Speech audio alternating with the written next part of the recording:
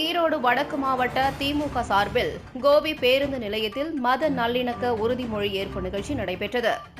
ஈரோடு வடக்கு மாவட்ட திமுக செயலாளர் என். நலசிவம் தலைமையில் மத நல்லிணக்க உறுதிமொழி ஏற்பு நிகழ்ச்சி நடைபெற்றது.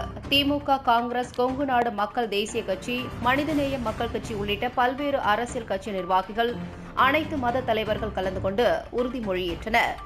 1948ஆம் ஆண்டு ஜனவரி 30ஆம் தேதி மகாத்மா காந்தி சுட்டுக் கொல்லப்பட்டார். அவர் படுகொலை செய்யப்பட்ட நாளான இன்று திமுக சார்பில் மத நல்லிணக்க நாளாக கடைபிடிக்க முடிவு செய்யப்பட்டது. அதைத் தொடர்ந்து கோபி பேருந்து நிலையத்தில் ஈரோடு வடக்கு மாவட்ட திமுக சார்பில் மத நல்லிணக்க நாள் உறுதிமொழி ஏற்பு நிகழ்ச்சி நடைபெற்றது.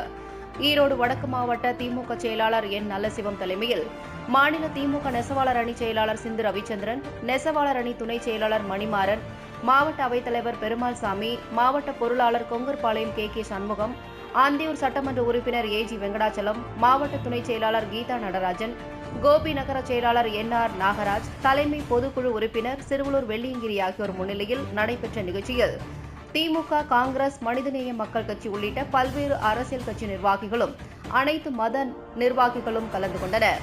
அதைத் தொடர்ந்து அனைவரும் மத நல்லிணக்க உறுதிமொழி எடுத்துக் கொண்டனர். நிகழ்ச்சியில் ஒன்றிய செயலாளர்கள் சிறுவலூர் முருகன், கோரக்காட்டூர் ரவி, எம். சிவபாலன், செந்தில்குமார், மாவட்ட மகளிர் தொண்டரணி அமைப்பாளர் சுஜாதா ஜீவானந்தம், மாவட்ட மருத்துவ அணி அமைப்பாளர் டாக்டர் சுதாகர், கொங்குநாடு மக்கள் தேசிய கட்சி மாவட்ட செயலாளர் சிவராஜ், மனிதநேய மக்கள் கட்சி மாவட்ட தலைவர் சம்சுதீன், பேரூராட்சி தலைவர்கள் அன்பரசு ஆறுமுகம், சிவராஜ், தமிழ்மகன் சிவா, தமிழ்செல்வி வெற்றிவேல், மாவட்ட விவசாய தொழிலாளர் அணி துணை அமைப்பாளர் நஞ்சி கோபி கணேசன், மாவட்ட பிரதிநிதி வெள்ளாளபாளையம் சீனிவாசன், ஓடத்துறை ஊராட்சி மன்ற தலைவர் பாலமுருகன், பேரூர் கழக செயலாளர்கள் வேலவன், எலத்தூர் சண்முகம், ராஜாராம், ஆனந்தகுமார் உள்ளிட்ட பலர் கலந்து கொண்டனர்.